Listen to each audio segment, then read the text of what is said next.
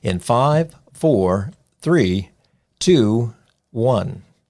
Welcome to the first video edition of the Whispering Bop Music Acoustic Radio podcast series. I'm your host, Todd, middle initial C. Walker. Yes, that's right, it's me. And sitting next to me is my good friend, Ralph Hertges.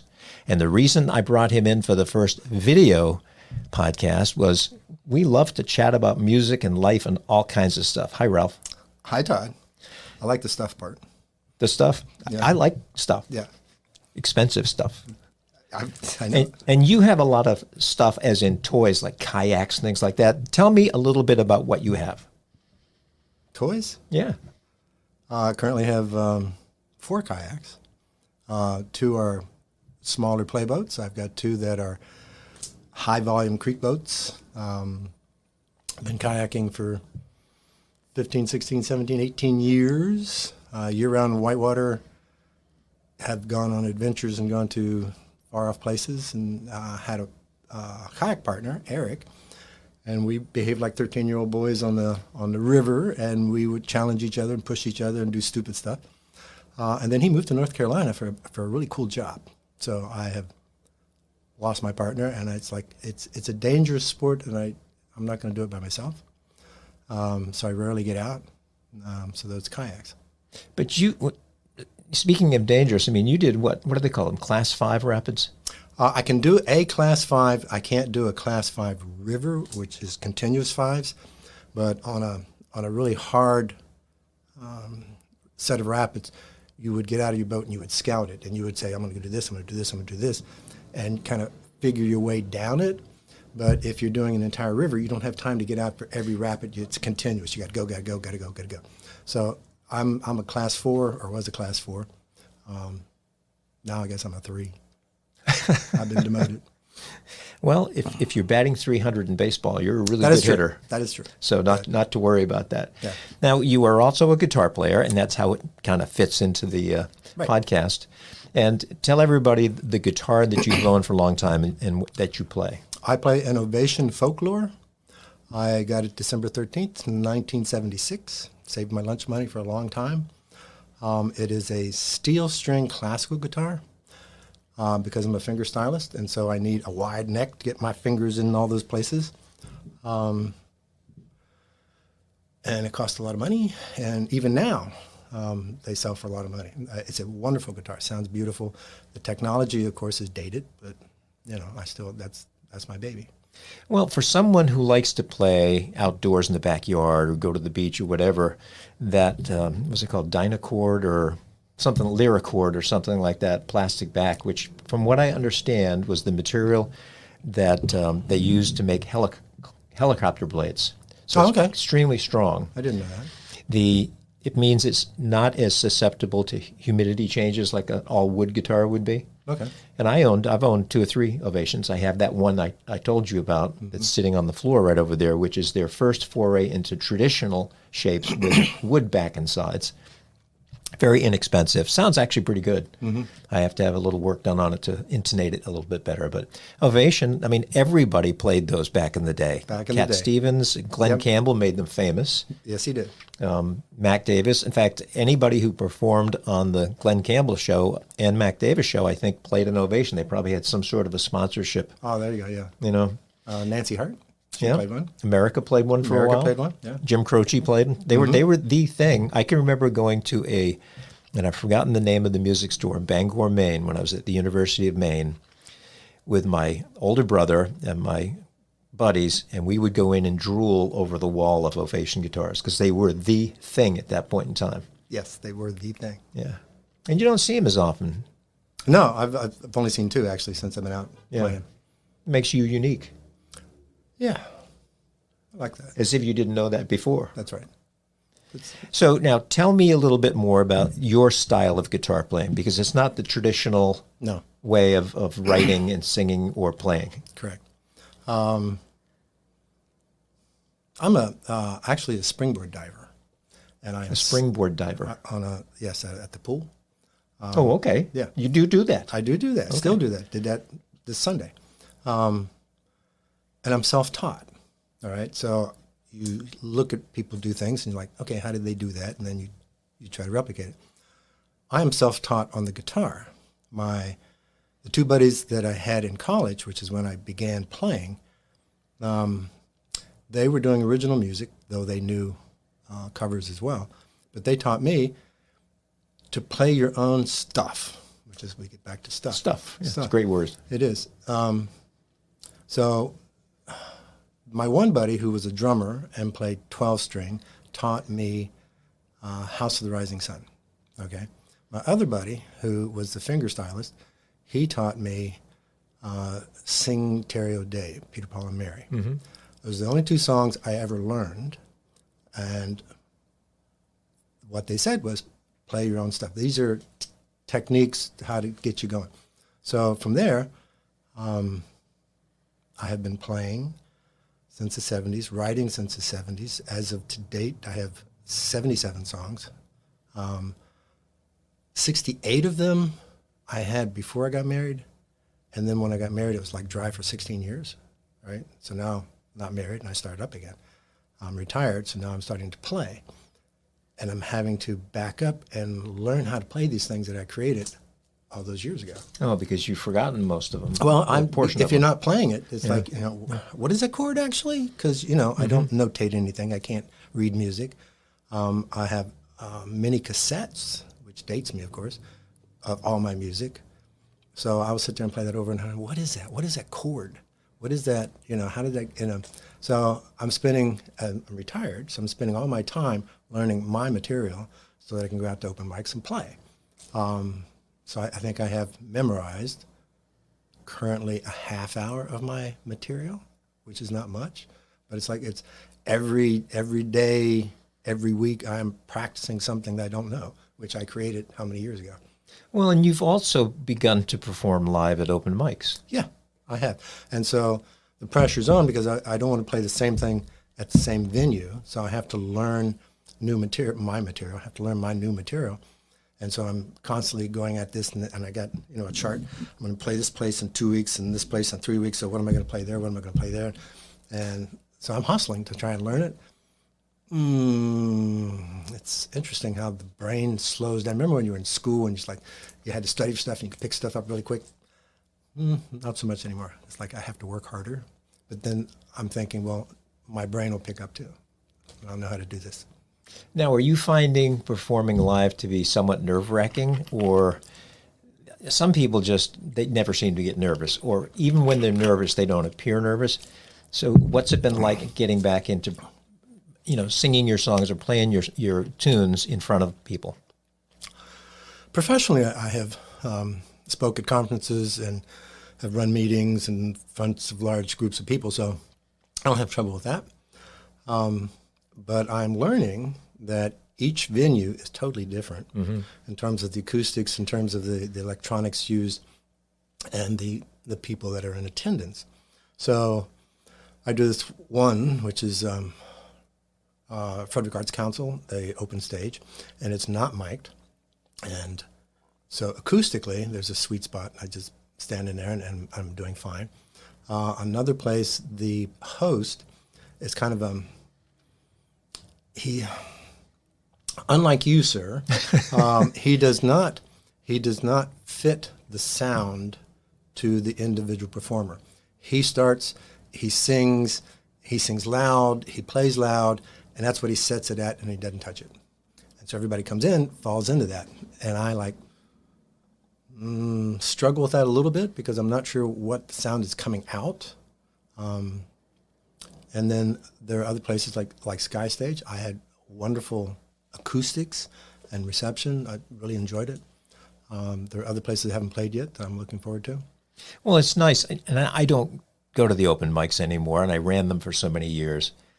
But I do enjoy, when I do go on Facebook, which is not often, to see the photos that are taken at the open mics, whether it's at the Pantry or Sky Stage.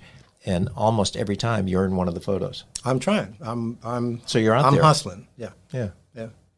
Which is fun. It's like I have worked my entire career in mental health with children and adolescents, and having worked that long, it's like now it's time to play. Because as you and I have talked over time, ever since I was a young punk, I wanted to learn music and play, and but during college, I did it for a while, but then, life catches up to you and you have a family and you get a career and it falls by the wayside.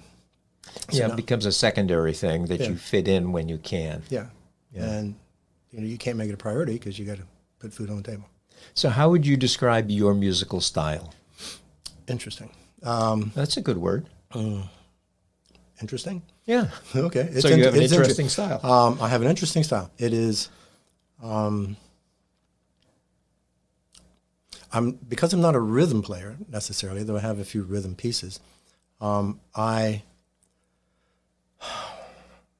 don't work within the box that a lot of people will do when they finger. I play up and down the neck, so my creations are non-traditional in their makeup. So I may start up here and be ending up down here, but it's melodic and it works. And then the lyrics to these compositions vary tremendously. I have some very dark songs. I have some very light songs, very happy songs. Because my passion has been philosophy.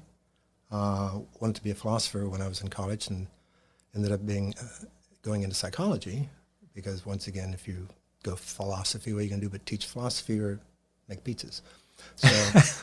So, psychology, at least you could earn a living, which is what I did. But my passion has always been philosophy, and I read a lot, or I did back in the day. And so some of the subject matters that I write about are, political, social commentary.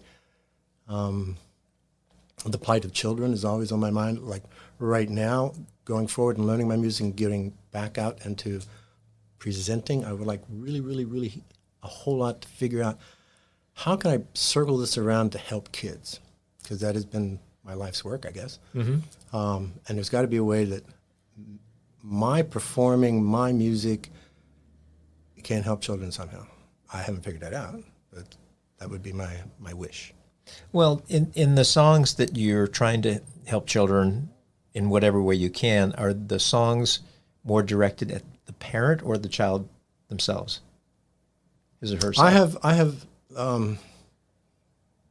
songs that speak to the child. I have songs that speak to parents. I have songs that speak to society as a whole. It's when songs just come to you. You don't know where they came from, or thank you for sending it to me, and then you just write whatever's on your mind. So when you write a song, or as you are penning it or thinking about it, and you think, well, this one might be a good one directed towards the children themselves, do you alter the vocabulary? In other words, it's different than if you were writing it to parents? I'm not that logical about it. It is when inspiration hits, you just go with it. So how it ends out or ends up, there's not a whole lot of logical processing to that. It's just you're in the flow, you're in the moment, and you write it. So you're writing from a more emotional standpoint? Yes, probably. always. There has to, if it's not the emotional piece, it's not going to work. So you wouldn't make it in modern pop music? I wouldn't even try. Taylor Swift is safe. She's totally safe. Totally safe. It's an industry, and now with AI, you're going to be competing with it because they'll start making music, and they'll write the lyrics and do the music and composition, and and they may be able to do it in your voice. Exactly, and technology will put my face to it. Yeah, and there's his face right there. That's right. Or right there, the other camera. Yeah. So, AI is going to, as soon as you do whatever you're going to do with this stuff, AI will have access to it. Where there's no place safe. Now, you had recently watched the video, and I think I was the one that told you about a McCartney 3-2-1 or 1-2-3 or whatever it is. Totally impressed by that dude. How he could, and he's older than we are. Yes, he is. And he can recall details.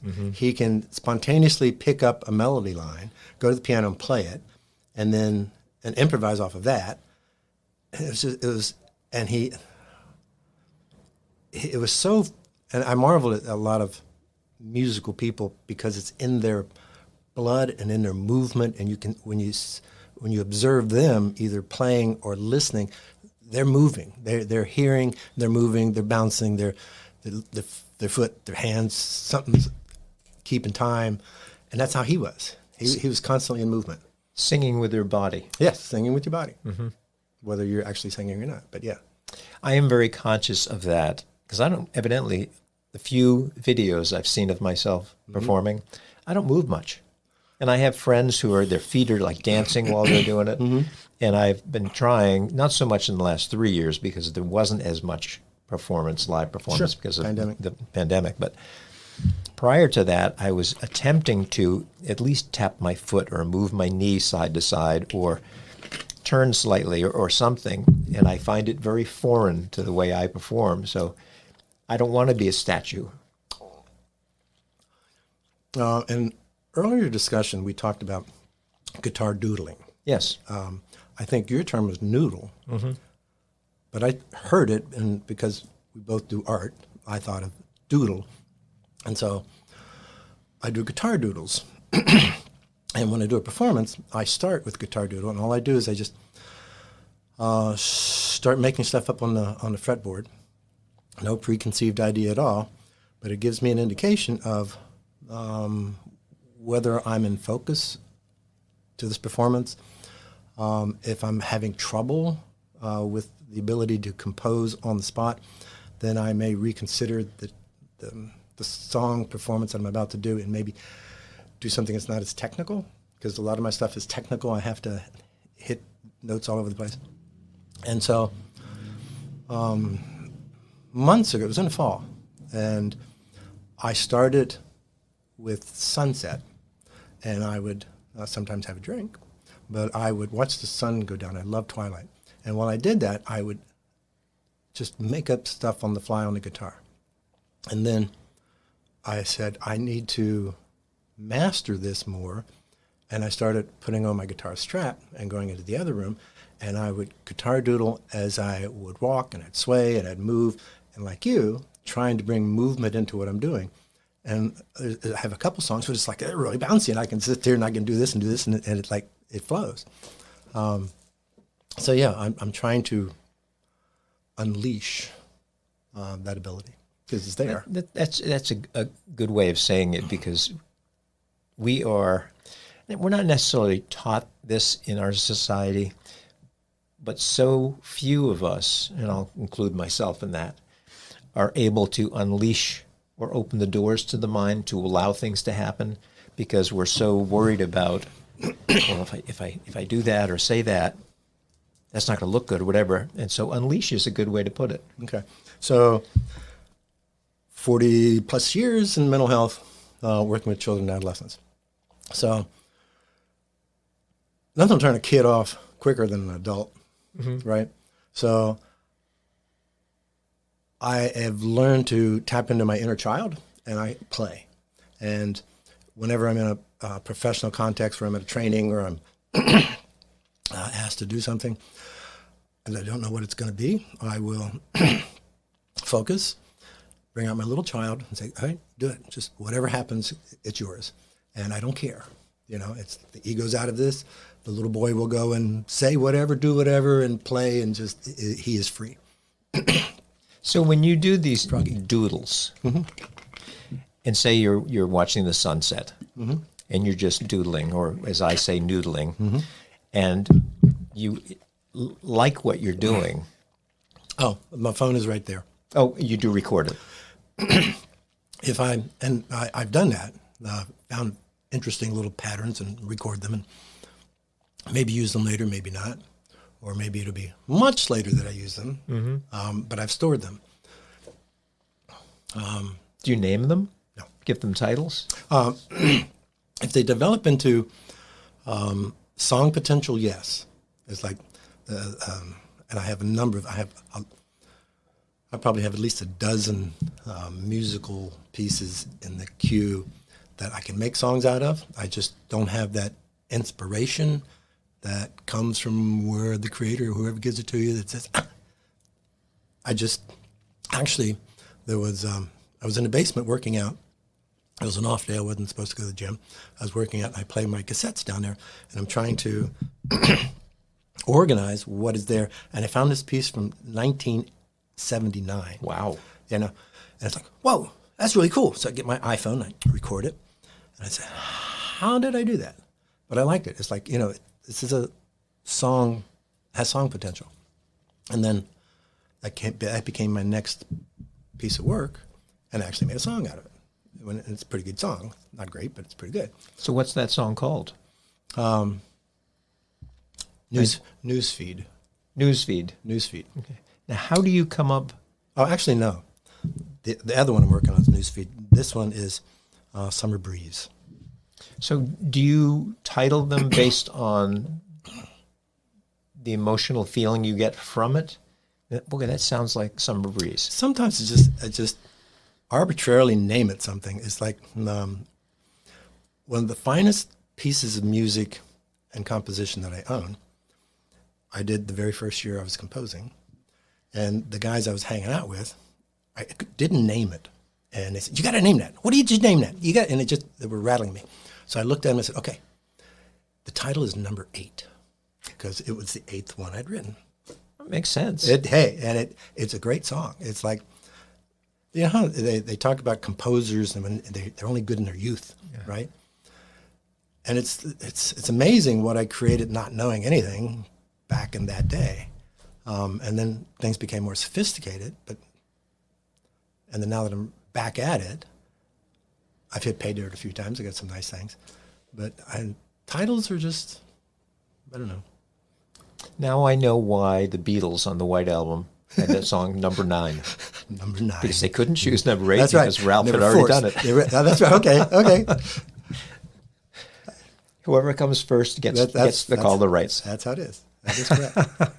So what's your favorite candy, if you like candy? It would be dark chocolate with almonds.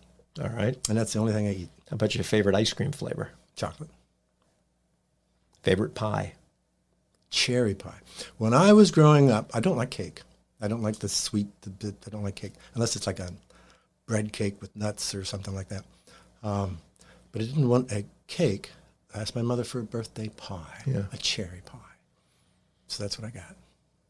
It is amazing how, because when Carol and I were married, it's going to be close to 10 years, we were discussing the food. And she said, well, what do you think about pie? I said, I like pie. Mm-hmm. So the first thing that went after the food was the pie. And there was a full cake sitting there. People only ate it because there was no pie left. And it seemed like the ones who ate the pie first were the guys. Interesting. I always had trouble going to birthday parties because that's what you got was cake. Has kind of, depending on the cake, and I agree with you, I like a more substantial cake with, I love walnuts if they're roasted, but I'm slightly allergic to walnuts, so if they put walnuts in cake or cookies, I have trouble with that, but I like things like that in raisins and so forth. Mm-hmm. But the traditional cake, as much as I loved them as a child, I find them to be somewhat cloying or, kind of almost syrupy.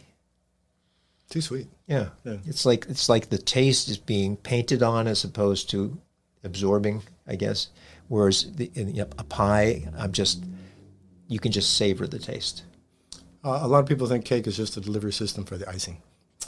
Well, that would be true. Yeah. Because what's the first thing you eat? I eat the icing. And I save a little bit at the end, so that's the last thing I eat. Okay, that's dessert. Sort of like roast beef. I like that end cut that's all kind of crusty and things like that. And I learned, because my dad I'd always say to my dad, when the rare times we had roast beef, was, can I get the end cut, Dad? Sure. He put it on my plate. It wasn't until I was probably in college, or maybe even after that, I found out that was his favorite cut of roast beef, and he never said that. He always gave it to me. Weren't there two ends? Well, you've got the big end and then the kind of the rounded end at the end of the football. The rounded end is part you like. Yes, and that's what he liked as well. And so, being a true parent, he allowed his child to have what he thought was the best cut. Way to go, Dad. Yep. I'm impressed. He was also my Scrabble partner. Do you like Scrabble? I don't play games, particularly. I will. And of course, I have 2 children, so I have. And I got 2 grandchildren, so I will, but not typically. Well, you write songs, though. I do. Okay, it's a form of Scrabble. You're putting words Yeah, together as yeah. opposed to letters to make a word. Yeah. I think, but I don't know. Don't do games. So, Not board games. Not sitting games. in that of the, you said 77 songs and about 60 some odd were written before you were married. Correct. And What type of a time span was that? 16 years in between. No. When you wrote those initial group. 12, 15 years. Okay. So fairly prolific. Yeah. So I carried my guitar everywhere. I did. When I was married, I did a 100-day trip in Europe on the Eurail Pass and carried my guitar all over Europe. When I got out of the military, I went to see a girlfriend in Portland. I carried that sucker on the sissy bar of the back of my motorcycle all the way across. And interestingly enough, that's when I wrote my first song. On that trip out there to see my girlfriend in Portland, I wrote a very just basic kind of a tune, but it was my first. Oh, cool. Yeah. Now, was this the same Ovation that you have now? Oh, I would not put that on a bike. No. No. What did you have then? Yamaha? No, I think it was it's like the silver tone. Yeah. Yeah. Yep. So it's like, it took me a long time to save up my lunch money for the Ovation. I was reading an article in Fretboard Journal over the last couple of days because a lot of times if I don't have a novel that I'm reading, and I like to read before I go to sleep, Oh, yeah. the Fretboard Journal, it's more feature articles as opposed to the short 1 page, half a page thing you get like an acoustic guitar magazine. And there was this, I guess he's a performer, but he also likes to take old beat up guitars and put them back together. Not necessarily, he's not restoring them, he's just making them playable. So he may add a neck from a different brand guitar. And one of the ones he loves to work on is Silvertones. Oh, really? Yeah, and a lot of those older guitars, they were built by 1 or 2 companies, and the early ones, before the late 1950s and early 1960s, when the folk craze hit and the guitar craze, they were actually fairly good guitars. And so if you can find an old one like that that you can restore or work on, you might end up with a really nice guitar. I pulled it out of the attic the other day. Did you? I want to mount it on the wall. Okay. Yeah. Now, a lot of guitars that are stuck in attics because of the heat and cold and whatever implode. This one fared okay. It's not, warped or cracked or. That means it was built Yeah. sturdily. Sturdily. Is that a word? So of all the songs you have written, do you have a favorite? And if so, what's the title of it, if you can recall? Of the recent material, it's a breakup song that I titled You and Me. And it's an odd story. So I had a lady friend that I met during the pandemic. And of course, she couldn't go into clubs and stuff. So we spent the entire relationship doing hikes and outdoor cafes and all those sort of things. And when I first met her is when I wrote the breakup song. I know, it's like a predictive thing. It's just, but I really like it. I like how it's all come together, has an interesting intro. That is a favorite. I got all kinds of favorites. The classic number 8 is really dark. So when I was in college, I took an experimental music class, and they had Moog synthesizers, and I got an A in that class. But for the final exam, you had to create an original piece and present it to the class. And this is back in the day of reel-to-reel recorders and stuff like that. And so what I did was I plugged in or jacked in my guitar into the Moog, made the settings, and I played number 8. Oh, wow. Right? And it's on the normal speed, it sounded really cool. But if you turned it up to the higher speed, it was really cool too. So I said, I'm going to play my final, turn it in, but I need to play it on both speeds because it's an interesting sound on depending on how you do it. So I played it, and it just baffled everybody. And the teacher just had to know how I did that. How did you do that? How did you do that? And then when I told him I jacked my guitar in, he was pissed. Why? Because I didn't use the keyboard. Oh. They're keyboardists, and I'm not a keyboardist. It's like, no. I just did the settings, and, then I jacked in and played. You would think, and this was a pet peeve I've had my whole life with teachers, professors, whatever, is they want you to be creative. Within this box. But it has to be within their box. Yes. And I'm not in the box. I'm not in the box. Not musically. Now, many of these things you have on cassette? Mm-hmm. Yeah, I've got years and years and years and years and 30-some cassettes. Maybe what I will do is I do have a cassette player, and I'm trying to remember if I can feed that into my computer. If so... Well, not to cut you off, but I bought a machine that I can transpose that to digital. So that is my intention. So I've been cataloging what's on the cassettes and finding the clearest version of a particular song, because I'll do a song, maybe that same song 4 times with them, right? And then digitize it. Mm-hmm. So that is my intention, to catalog it all and then pick them out. And then at the same time, I've been fishing for new material, because there's old stuff in there that was cool. Well, and I'm sorry, folks, we don't have any of Ralph's recordings for this podcast, but maybe in the future we can revisit that and have some sound files, and you can chat about them, because now that my brain is going, I wonder what number 8 sounds like. I wonder what Summer Breeze sounds like. And no, we're not going to take your phone and play it into the microphone. Because they're on my phone. But it would be fun to do. Because everybody's style, well, I say this. People who are creative and not just mimicking a Taylor Swift or whomever, everyone's style is different. Yes. It's specific to them. And I'm always curious what that sound is.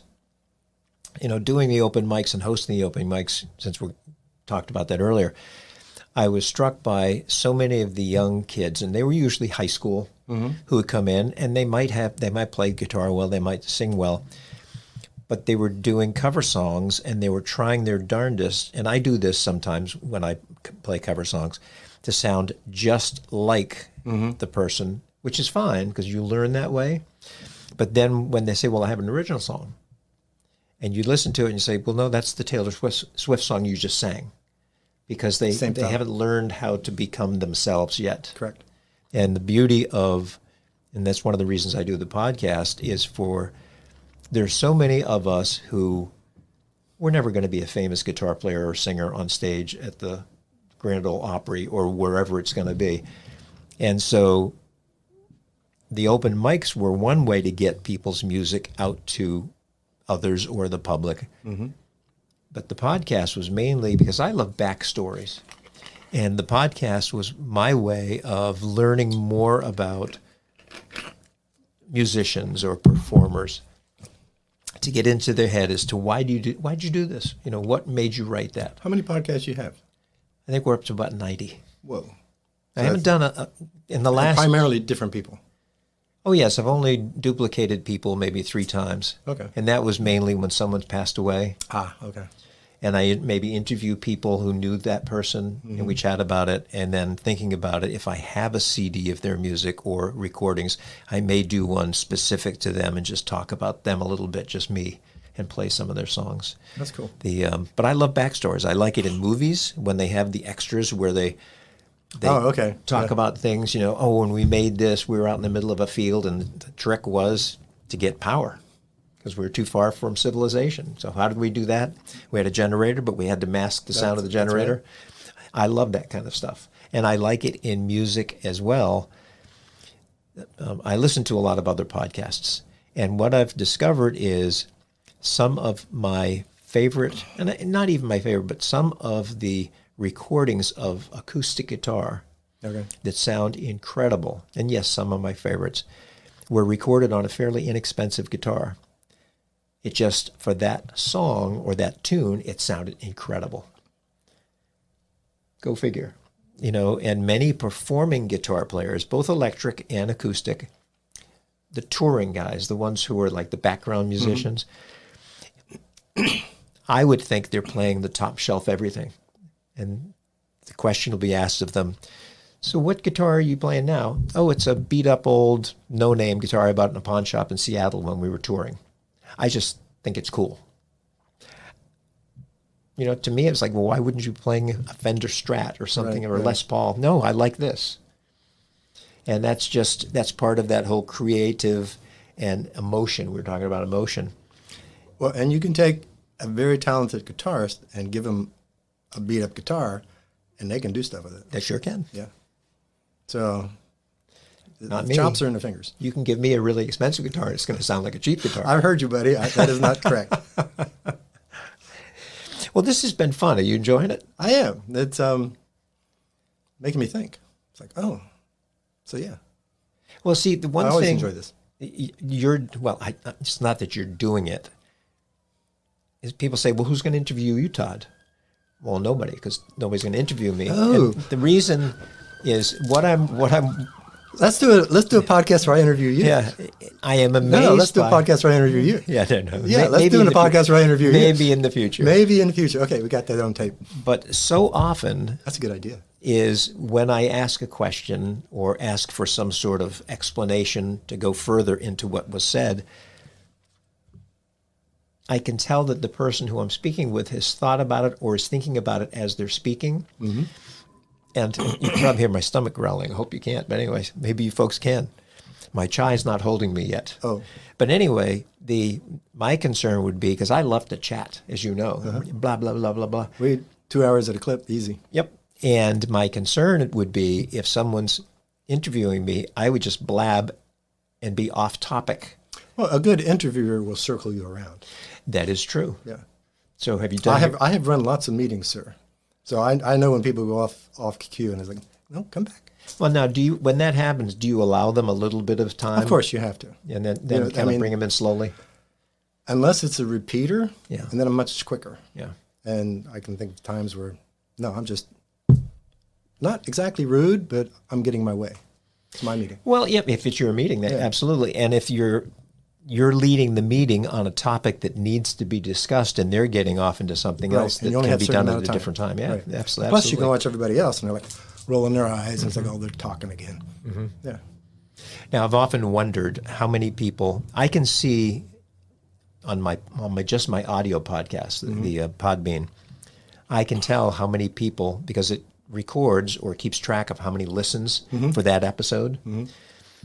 And I guess I can do that on YouTube, but I'm kind of curious because this will be the very first YouTube podcast, as to whether we will get the same number of listens as we would from the audio version. Probably not, because the audio has been around for a while. There's a certain number of people who follow it and so forth, which if you do follow it, thank you so much. I do appreciate it.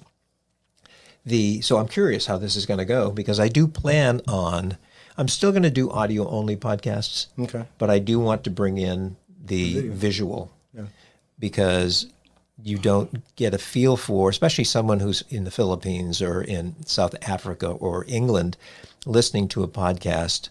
If the performer or the musician who I'm interviewing does not have a website, it has no online presence, really, I'm someone who likes to see the person. I want to put the face. I agree. You know what I mean? So this is another way of making a connection, I guess, is the way I look at it. And in terms of podcasts, I will bring up interesting topics on YouTube and not look at them, but listen to them. Yes. Yeah. So, I mean, they have that option as well. Yeah, that is true. Yeah. So I want to thank you folks for listening, whether you're listening just the audio version or the YouTube visual version. Right. And we're going to come back, and I'm going to get an opportunity to interview you, sir. That's going to be great. Think of how many hits that'll get. That'll get a lot of hits. You know that. Zero. Wrong. They're not interested in the host. They're interested in the No, guests. but the host is the performer, is a creative artist, and you have lots of stories, and I'm sure people would love to hear about the big kahuna. The big kahuna, yeah, Yes. absolutely. That's for another day. Yes. Thanks again for listening. We'll see you next time. This is my buddy Ralph. My name's Todd, middle initial C. Walker, and we'll see you soon. That's right. Thank you. Absolutely. That was fun.